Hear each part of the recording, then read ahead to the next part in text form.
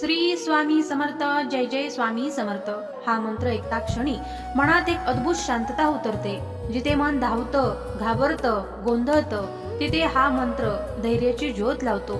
या मंत्रामुळे मन स्थिर, स्वच्छ, मजबूत होते. हा मंत्र ऐकताना हनुमंतांची शक्ती जणू अंतःकरणात प्रवेश करते.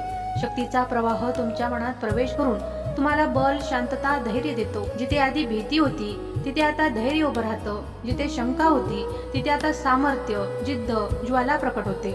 यश फक्त प्रयत्नाने नाही मिळत, तर मन शांत, बुद्धी तेज, प्रयत्न योग्य दिशेने असेल तरच मिळतं.